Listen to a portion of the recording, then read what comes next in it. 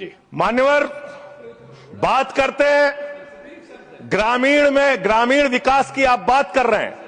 Ujjwala scheme के तहत 8 से 10 करोड़ सिलेंडर गांव में आपने बांटे हैं और 10 से 11 करोड़ सिलेंडर के कनेक्शन लोगों ने अपने आप से लिए हैं। 21 करोड़ सिलेंडर के कनेक्शन गांवों में हैं।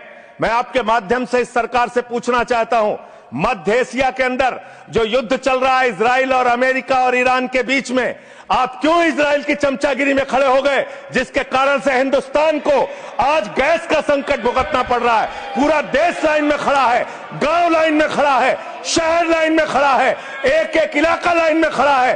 होटल बंद हो रहे हैं मान्यवर, मोरवी के अंदर गुजरात में टाइल्स की फैक्ट्रियां बंद हो रही है मान्यवर। आपने क्या हालत की है। आप राज्यों के साथ न्याय नहीं करते, आप ग्रामीण व्यवस्था के साथ न्याय नहीं करते। आपने बनारस के अंदर 4200 एकड़ जमीन वहां के किसानों की जबरन कब्जा की।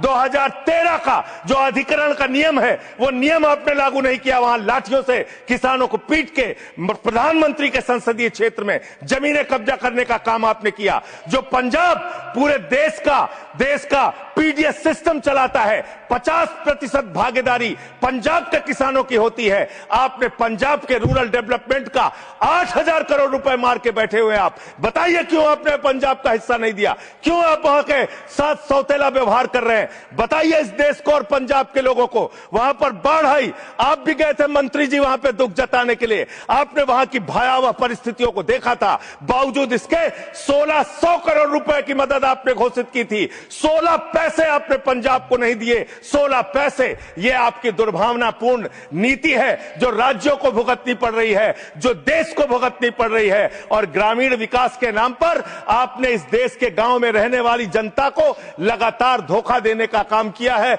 लगातार उनको ठगने का काम किया है। चाहे वो आंगनबाड़ी की स्कीम हो, आंगनबाड़ी की कार्यकर्तियां, हर काम में उनको आप लगा देते हैं, लेकिन आप उनको पैसा देने के नाम पर आपको हंसी आएगी, हंसी आएगी, हंसी आएगी।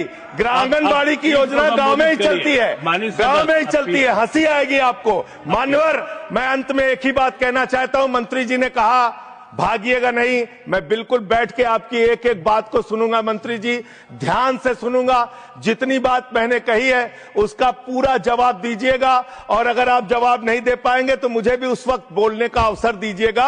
आप ही अकेले बोलने का अधिकार रखते हैं, ऐसा नहीं होना चाहिए।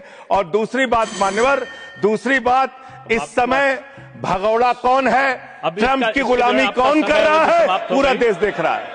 माननीय जो भी